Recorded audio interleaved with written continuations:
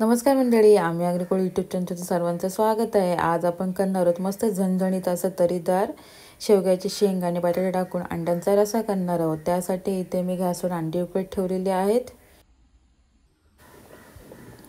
साधारण 5 ते 10 मिनिटांनंतर अंडे उकडून झालेले आहेत। अंड्यावरचे जे कव्हर आहे ते आता काढून घेऊया।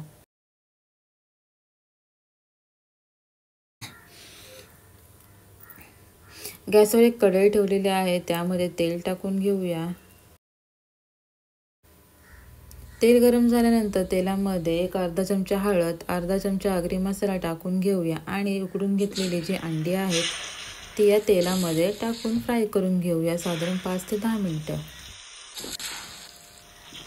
अंडी टाकून झाल्यानंतर त्यामध्ये चवीनुसार थोडं मीठ टाकून घेऊया आणि सर्व एकत्र करून घेऊया, जेणेकरून सर्व अंड्यांना मसाला लागला जाईल।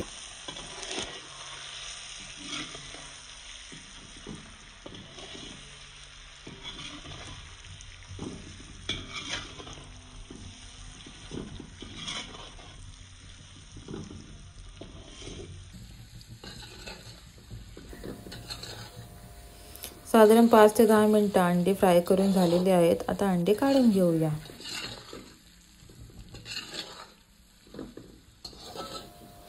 अंड्यांचा रस्सा करण्यासाठी इथे वाटण करणार आहोत। वाटण करण्यासाठी कढईमध्ये थोडं तेल टाकून घेऊया। त्यानंतर सुकं चिरलेलं खोबरं आहे तो या तेलामध्ये टाकून घेऊया आणि परतून घेऊया।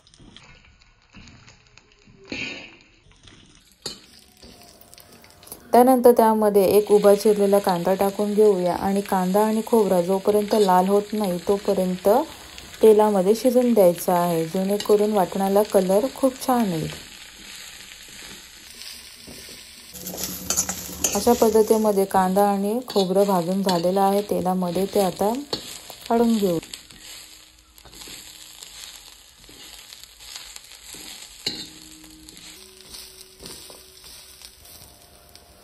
इथे वाटण करण्यासाठी मी खलबत्त्याचा वापर करत आहे। खलबत्त्यामध्ये भाजून घेतलेलं कांदा आणि खोबरं टाकून घेऊया।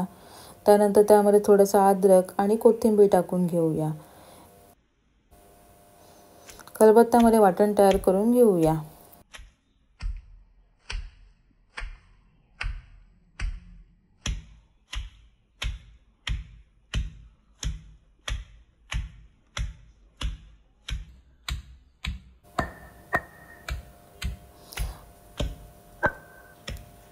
अशा पद्धतीमध्ये आपलं वाटण तयार करून झालेलं आहे।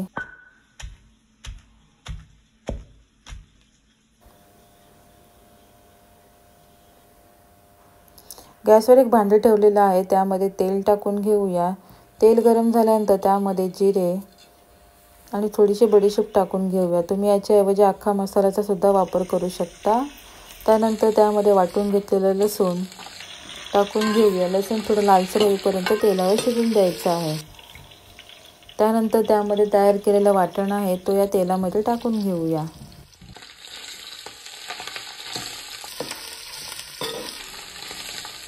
वाटण तेल सोडायला लागल्यानंतर त्यामध्ये एक बारीक चिरलेला टोमॅटो आहे तो टाकून घेऊया आणि जोपर्यंत टोमॅटो मऊ होत नाही तोपर्यंत तेलावर शिजून द्यायचं आहे।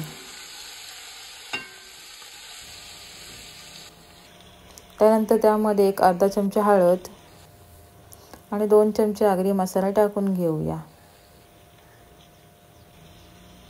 एक अर्धा चमचा गरम मसाला, चवीनुसार मीठ टाकून घेऊया आणि सर्व मिश्रण एकत्र करून घेऊया। मसाले तेल सोडायला लागल्यानंतर त्यामध्ये पाणी टाकून घेऊया। त्यानंतर इथे मी शेवग्याच्या शेंगांचा वापर करत आहे। शेवग्याच्या शेंगा टाकून झाल्यानंतर त्यामध्ये एक बटाटा टाकून घेऊया आणि सर्व मिश्रण एकत्र करून घेऊया।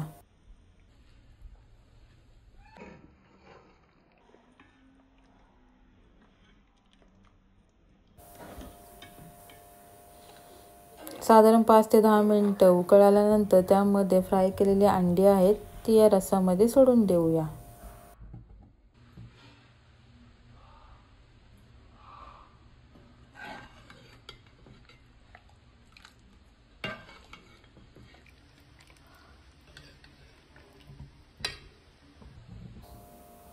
अशा प्रकारे मस्त असा झणझणीत तरीदार अंड्यांचा रस्सा तयार झालेला आहे।